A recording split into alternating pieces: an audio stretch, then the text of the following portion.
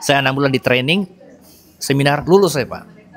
Dia bilang, kau Diki tanda tangan ini, kau akan dibaptis menjadi jemaat Advent.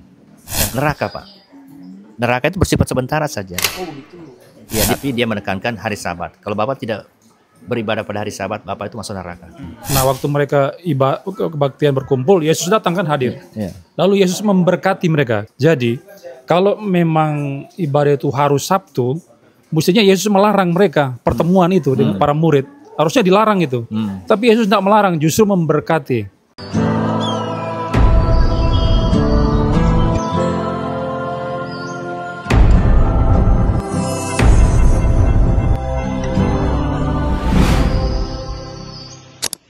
Tapi setelah saya sesi Pak, orang Advent datang lagi Pak. Ya, saya mau ingin tahu pengajaran Advent ini bagaimana dia. Advent datang Pak, dia bilang, Blur, permisi ya, saya ini dari Advent. Ngomong-ngomong dia orang dari Manado Pak. Akhirnya dia bawa buku tebal kasih saya sumbang semua. Sesi Pak tuh bukunya banyak, saya banyak, 1 lemari Pak. Tentang cerita tentang Nabi Russell itu orang Sesi Opan enggak punya, saya punya. Nah, Russell ini juga di Advent saya dikasih buku lengkap Pak. Sekarang ada semua. Masih ada. Ada. Saya 6 bulan. Russell ini pendiri Saksi Yehova toh? Iya, sedangkan Glenn White itu kan yang dari Advent. Saya 6 bulan di training, seminar, lulus saya Pak. Dia bilang, kau Diki tanda tangan ini, kau akan dibaptis menjadi jemaat Advent. Dan kau menyampaikan berita Injil kepada orang-orang bahwa Advent adalah agama yang benar. Nah, saya bilang, setelah saya keluar dari Sesi Opa, saya masuk lagi ke Advent Pak. Tapi bagaimana lagi Roh Kudus buat saya, jangan kau kau sudah menjadi orang percaya Yesus, kenapa harus percaya lagi ada yang lain? Ya. Di situ dikatakan kenapa kita harus berpegang lagi kepada Taurat. Nah, Taurat kita kan sudah hidup di dalam kasih karunia Tuhan. Nah, begitu. Kenapa harus dibaptis? Kan saya sudah dibaptis waktu itu. Saya belum baptis waktu masih percik Pak, percik. Terus saya diberikan penerangan itu tentang kenapa kita harus ikut Taurat lagi, karena kita sudah berada di hukum kasih ya. Nah, terus mengenai apa yang tidak diterima di Advent itu, mengenai Sabat dengan Sabtu. Neraka Pak. Neraka itu bersifat sementara saja. Oh begitu. Ya, diambil di Yudas. Api itu menyala, setelah itu padam. Oh, berarti pemahaman sama dengan Iya, Bapak dibakar dalam keadaan tidak hidup seperti bangkai begitu, seperti kayu yang sudah dibuang dalam api. Bapak tidak merasakan apa-apa. Setelah itu api padam karena sudah unsur-unsur kejahatan sudah habis, Pak. berarti pemahaman dia cuma unsur kejahatan yang kita di dalam ini yang dia Ya, dibakar, tapi kita tidak hidup, ada rohnya tidak ada. Api pujian Katolik kita hidup, tapi dimasukkan oleh api pujian. Setelah diproses kita itu nanti masuk di Firdaus. Kalau Katolik, kalau dia tidak, Bapak tidak punya roh Pak, mati seperti kayu saja, seperti binatang, dibakar situ habis Pak, dibersihkan habis, tidak ada kehidupan lagi. Oh berarti mereka itu percaya bahwa setelah kematian tidak ada kehidupan. Bukan, orang-orang yang berdosa Pak, Orang-orang berdosa. jatuh di penghukuman sama Sesi Opa, tapi tidak punya roh, mati dia seperti binatang mati, tapi dia dibakar. Segala unsur-unsur kejahatan dibakar habis. Setelah habis, api padam. Nah, itu perbedaannya Pak. Nah, di situ kekeliruan, sehingga saya dibuka singkapan semua kebenaran oleh Roh Kudus. Oh, saya baru tahu begitu Pak. Kenapa? Nggak tahu, saya itu pelajari tentang ada dia punya buku nubuatan itu ada sampai tamat, itu saya pelajari semua tuh Pak. Saya diterangi oleh, padahal orang tidak ada yang ngajar saya sendiri, tapi saya dapat penerangan itu tentang Advent. Saya punya keluarga besar dari istri saya, semua Advent rata-rata di Polewali itu. Semua termasuk di Manado. Kan pusatnya Advent itu. Terus ini pertanyaan saya Pak. Kan biasa kan kalau orang-orang Advent ini, kalau ketika dia ketemu sama sesama Kristen, kayak kita sebagai orang baik itu Kristen Protestan, dari karismatik, kenapa selalu dia bilang saya mau menginjili kamu? Ada beberapa di sini. Sebenarnya yang bukan yang diinjili itu orang-orang belum percaya Yesus. Karena konsep mereka bahwa kita ini adalah sesat, bidat. Makanya mereka mau nginjil menceritakan tentang kebenaran yang hakiki, yang benar sebenarnya tentang siapa Advent itu. Sebenarnya Advent tidak menyelamatkan, sosiopat tidak menyelamatkan, organisasi tidak menyelamatkan, Betul. merek tidak menyelamatkan. Yang menyelamatkan kita Yesus. Yesus Kristus. Tuhan Yesus itu pribadi, itu yang menyelamatkan kita. Kita tidak usah bawa merek gereja, tidak usah. Kita yang ke bawah itu tentang iman kita di dalam Dia, itu saja.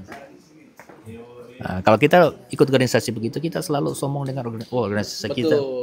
Ini menyelamatkan, ini menyelamatkan. Nah, Jadi kita ujung-ujungnya mengecilkan organisasi yang lain. iya. Iya. Ujung-ujungnya kita biasa membenci organisasi yang lain. Iya, jadi timbul tembok pemecah. Betul. Jadi Tuhan Yesus tidak mau kita sebagai tubuh Kristus ada unity. Betul. Ada kasih yang menyatukan kita. Bergandengan tangan di akhir zaman ini itu bersama-sama menjadi satu tubuh memenangkan jiwa. Jiwa yang mana? Orang belum mengenal Tuhan. Itu yang perlu, Pak. Betul. Makanya saya punya konsep begini, Pak, dari pengalaman situ. Saya bilang kalau orang Kristen, dia bilang, sorry ya, jangan kau layani, saya sudah percaya Yesus. Jangan kau injili saya sudah. Saya tidak menginjil kau, tapi melayani. Iya. Melayani kau yang masih suam-suam kuku, masih hidup di dalam kedagingan, yang belum ada pemulihan hati. Betul. Masih terikat dengan roh. Iya. Itu yang harus dipulihkan, dilepaskan. Makanya doa Bapa kami, lepaskanlah kami dari yang jahat. Betul. Orang Kristen bilang, saya sudah ikut Yesus, tidak perlu lepaskan. Itu doa Bapa kami, doa orang apa itu? Bukan orang benar, orang percaya. Lepaskanlah kami. Iya, daripada yang jahat. Makanya itu banyak orang Kristen tidak menyadari, dia harus perlu dipulihkan hatinya, perlu dilepaskan. Betul. Sehingga ada pemulihan, ada restorasi dalam hidupnya. Iya. Ada pembaharuan. Begitu, Pak. Tapi kalau dengan Sasiova, apakah kita bisa unity kah? Bisa unity dengan Sasiova enggak kita? Di unity, kita lihat dulu bagaimana Sasiova itu. Enggak bisa. Dia kalau dia ajaran mereka kan sesat itu. Enggak bisa. Mormon enggak bisa kita kompromi itu, Pak. Tapi bagaimana dengan Advent?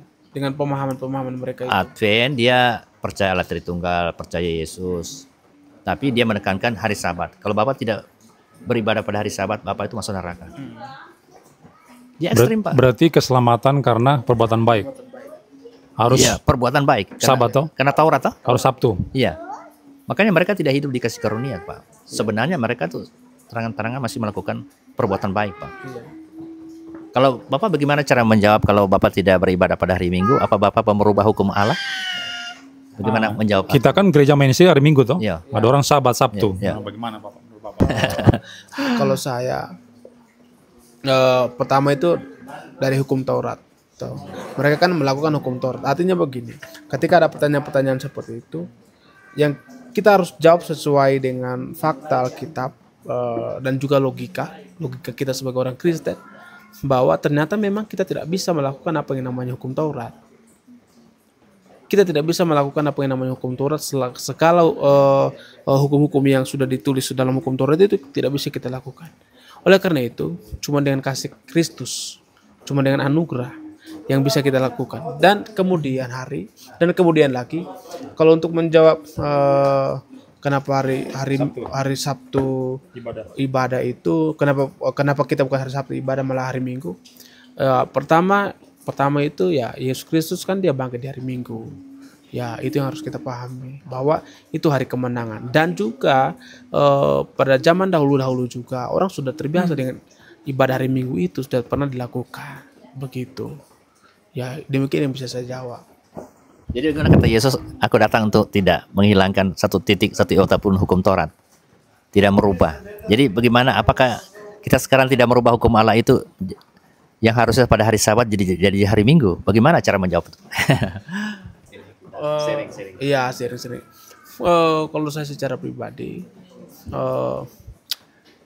apa yang Yesus katakan itu memang sangat betul yang dia bilang, bahwa dia tidak mengubah satu apapun dalam hukum Taurat. Artinya begini, Yesus itu adalah penggenapan dari hukum Taurat. Begitu. Yesus adalah penggenapan hukum Taurat. Artinya bahwa dengan kita percaya kepada Yesus Kristus, kita tidak lagi hidup dalam kuk yang dibuat oleh sistem dalam hukum Taurat itu, tetapi kita terbebas dan terlepas dari kuk itu, dari kuk itu. Karena kenapa? Karenanya Yesus lah yang sudah menggenapi semua itu. Begitu. Kalau Bapak gimana Pak? Bapak. Tapi seakan-akan bertentangan Pak. Kalau Yesus bilang kan, aku datang tidak meniadakan satu iota pun hukum Taurat, toh. Tapi Paulus bilang lain. Paulus bilang dengan matinya Yesus dia membatalkan hukum Taurat, toh. Jadi seakan-akan bertentangan. Tapi gimana Pak Diki? Menurut Pak Diki bagaimana itu? Seakan-akan bertentangan. Yang mana betul, Yesus atau Paulus ini? Berbeda ini.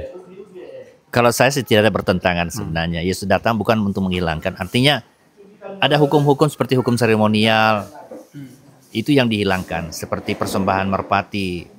Kalau penghapusan dosa itu dia harus dikorbankan binatang, dan itu yang sekarang tidak diadakan. Hukum sipil seperti perempuan di Rajam Batu itu kan tidak dilakukan sekarang. Yang hukum moral itu seperti perintah 10 perintah Allah itu tetap dilakukan. Itu yang saya bilang aku tidak meniadakan, menggenapi hukum Taurat. Menggenapi itu karena hukum Taurat itu adalah bayangan tentang Yesus adalah kegenapannya dari hukum Taurat. Ketika Yesus datang, kita tidak ada bawa dari penonton dari hukum Taurat, karena sudah ada Yesus sendiri. Iya, betul. Betul Pak ya? Nah, begitu. Kalau buat saya sih mengenai kita tidak merubah hukum tentang hari Minggu ke hari Sabtu, karena Yesus bilang aku adalah Tuhan atas hari Sabat. Jadi kalau Bapak menyembah pada hari apa saja di dalam nama Yesus, dia adalah Sabat Pak. Karena dia bilang akulah Sabat dia adalah Sabat atas apa? Ada firman-Nya. Tuhan atas hari Sabat. Dia adalah Tuhan atas hari Sabat. Mana lebih berkuasa hari Sabat atau Tuhan? Coba Bapak bagaimana cara? Mana lebih berkuasa Tuhan atau hari Sabat? Tuhan yang berkuasa. Karena dia yang pemilik toh. Makanya itu kalau dia pembuat undang-undang tentunya lebih berkuasa yang pembuat undang-undang. Ya. Nah, kalau kita menyembah Yesus pada hari Minggu, kita sudah menyembah pada hari Sabat, Pak. Ya. Gimana, Pak? Ini sharing saja. Tapi yang Bapak bilang betul, kan Yesus bangkit hari Minggu. Nah, waktu Yesus bangkit hari Minggu, murid-murid berkumpul. Berkumpul untuk kebaktian di hari Minggu. Nah, waktu mereka kebaktian berkumpul, Yesus datang kan hadir. Lalu Yesus memberkati mereka. Kan ada ayat di Yohanes bilang begitu. Jadi, kalau memang ibadah itu harus Sabtu, mestinya Yesus melarang mereka pertemuan itu dengan para murid. Harusnya dilarang itu. Tapi Yesus tidak melarang, justru memberkati pertemuan mereka itu. Nah, itu sebuah pengesahan terhadap hari Minggu ibadah. Itu terpelihara sampai sekarang kita lakukan. Gitu. Pada minggu pertama ya? Hari pertama. Pada hari pertama, hari Minggu itu. Hari kemenangan. Okay, itu mereka merayakan Yesus yang sudah bangkit toh. Nah, itu mereka ibadah di situ. Berarti kita tidak merubah hukum Allah ya? Tidak masalah. Harusnya kan Yesus protes, enggak boleh, kamu salah, enggak boleh ibadah hari Minggu, harusnya hari Sabtu. Enggak, dia bilang begitu, justru dia memberkati murid-muridnya. Gitu. Tapi kalau memang dia melarang, pasti dia bilang jangan melakukan. Jangan. Hari Minggu harus hari Sabat, hari Sabtu. Kalau tidak selamat, berarti hari tidak menyelamatkan. Yang menyelamatkan Yesus. Makanya Yesus katakan, akulah Tuhan atas hari Sabat. Kopi Pak.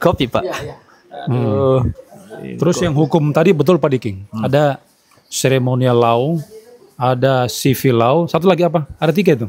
3 itu apa lagi satu? Satu hukum moral, seremonial, moral, satu lagi. Sipil. Ya sipil ya. Civil law. Yang berhenti itu adalah seremonial, sunat, terus makan haram halal, baru persembahan korban toh. Kalau orang berdosa di PL kan harus persembahkan hewan ke imam, melalui imam toh. Itu semua dihapuskan dengan matinya Kristus. Jadi Paulus dengan Yesus tidak bertentangan. Paulus bilang itu dengan matinya dibatalkan hukum Taurat, maksudnya hukum seremonial yang dibatalkan, bukan yang moral. Jangan berdusta, jangan berzina dan sebagainya, itu tetap berlaku. Moral law itu, gitu. Jadi tiada pertentangan antara Yesus dan Paulus. Amin. Perbincangan sudah lama 1 jam lebih ini. Ya. Kopi sudah habis. Silakan Pak minum kopi. Sudah habis kopi? Belum habis kopi. Mana kopi? Ini ibu-ibu sudah selesai mau kopi kemana tadi? Ini kopi tadi.